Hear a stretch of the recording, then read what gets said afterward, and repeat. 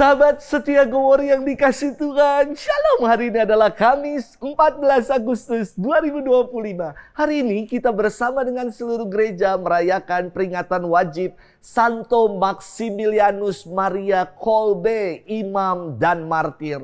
Di tahun 2016 saya punya kesempatan untuk berziarah ke Auschwitz, tempat Santo Maximilianus Maria Kolbe dipenjara hingga akhirnya wafat sebagai martir.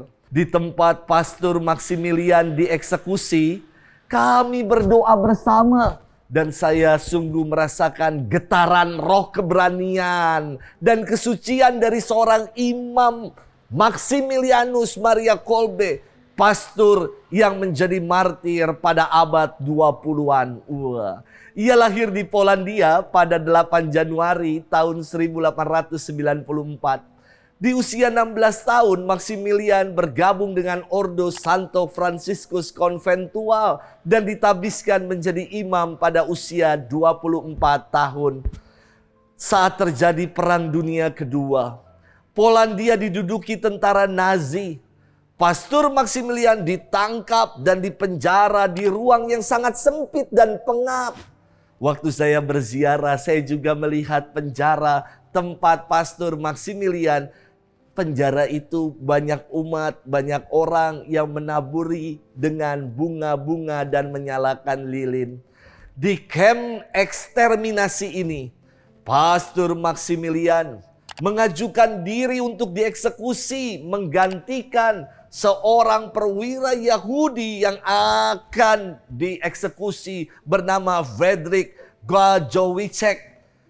Ia mempunyai keluarga hingga akhirnya dengan kerelaan hati Pastor Maximilian yang maju tampil untuk menggantikan dieksekusi. Ia wafat pada 14 Agustus tahun 1941. Semasa hidupnya, Pastor Maximilian aktif menyebarkan devosi kepada Santa Perawan Maria yang tak bernoda. Hingga dia pun disebut sebagai Rasul Konsekrasi kepada Santa Maria.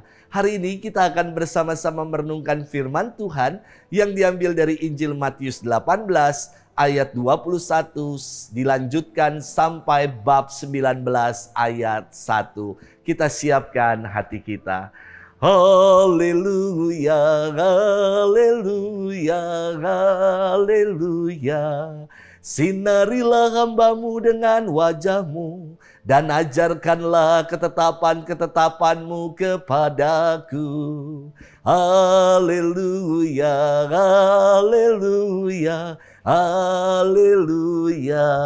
Tuhan bersamamu dan bersama rohmu. Inilah Injil suci menurut Matius, dimuliakanlah Tuhan.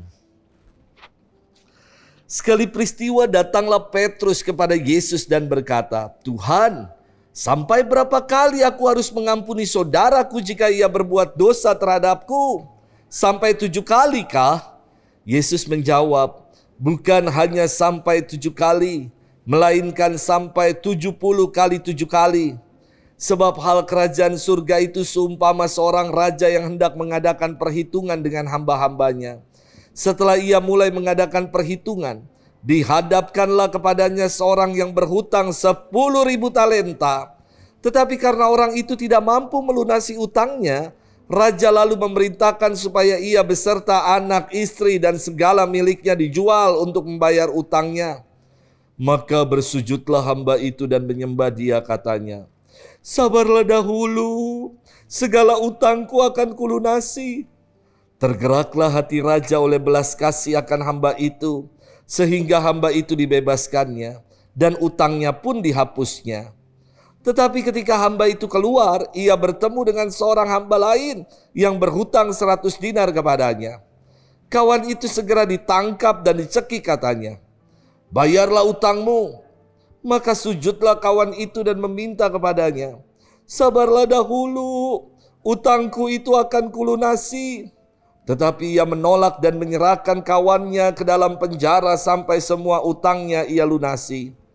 Melihat itu, kawan-kawannya yang lain sangat sedih, lalu menyampaikan segala yang terjadi kepada tuan mereka.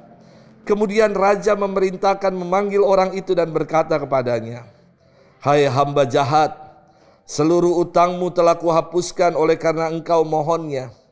Bukankah engkau pun harus mengasihi kawanmu seperti aku telah mengasihani engkau?" Maka marahlah tuannya dan menyerahkan dia kepada algojo-algojo sampai ia melunasi seluruh utangnya. Demikian pula Bapakku di surga akan berbuat terhadapmu jika kalian tidak mengampuni saudaramu dengan segenap hatimu. Setelah Yesus selesai dengan pengajarannya, berangkatlah ia dari Galilea dan tiba di Yudea di seberang sungai Yordan. Demikianlah sabda Tuhan. Terpujilah Kristus. Sahabat setia Gowor yang dikasih Tuhan, shalom. Ada sebuah nyanyian berjudul "Jangan Sampai 3 Kali". Nyanyian itu mengatakan demikian. 1 kali kau sakiti hati ini, masih ku maafkan. 2 kali kau sakiti hati ini, juga ku maafkan. Tapi jangan 3 kali kau sakiti. Jangan, oh jangan. Cukup sudah, cukuplah sudah. Jangan kau ulangi lagi. Bagus ya nyanyiannya ya. Syairnya mengajak kita untuk mau mengampuni walaupun sudah disakiti. Tapi dalam nyanyian ini mengampuni hanya cukup 3 kali saja. Bahkan jangan sampai 3 kali aku disakiti. Sahabat setia Gowor yang dikasihi Tuhan. Dalam tradisi lama Yahudi, saya kira sejalan dengan apa yang tadi dinyanyikan. Bahwa hukum membalas dengan yang setimpal. Mata ganti mata, gigi ganti gigi. Itulah yang diajarkan. Tradisi juga mengajarkan mengampuni terbatas kurang-kurangnya 3 kali saja. Maka dalam bacaan hari ini, Petrus dengan percaya diri merasa lebih baik dengan menaikkan taraf menghukum setimpal, mata ganti mata, gigi ganti gigi, mengampuni 3 kali yang dalam tradisi diajarkan. Petrus lebih tinggi lagi. Sampai 7 kalikah aku mengampuni saudaraku? Namun Yesus mengajak kita untuk memiliki keluasan hati dalam mengampuni. Ia bersabda, bukan hanya sampai 7 kali, melainkan sampai 70 kali 7 kali. Yesus melipat gandakan bilangan yang hanya tunggal 7 saja. Maka maknanya luar biasa. Pengampunan itu tiada batas. Kalau dunia mengajarkan pengampunan dan sabar itu ada batasnya. Kesabaran dan pengampunan Allah tidak terbatas. Inilah yang diajarkan oleh Yesus kepada kita para pengikutnya. Untuk mau mengampuni yang bersalah kepada kita. Seperti doa Bapa kami yang Yesus ajarkan kepada kita. Dalam hidup ini banyak persoalan dan pertikaian terjadi karena orang sukar untuk mengampuni. Saling menaruh dendam dan amarah. Akibatnya dunia menjadi kacau dan dipenuhi dengan kekerasan, kebencian, dan perang. Demikian juga di dalam keluarga. Banyak hancurnya bahtera-bahtera rumah tangga dipicu karena orang sukar untuk memberikan maaf, memberikan pengampunan ketika sudah disakiti dan dikhianati. Sahabat setia Gowor yang dikasihi Tuhan. Ada 2 kata ajaib dalam hidup ini saya kira. Yakni nyuwun pangapunten menawi wonten kalepatan. Mohon ampun, minta maaf. Please forgive me. Kata ini menjadi rema bagi jiwa seorang kesatria untuk berani meminta maaf atas kesalahan.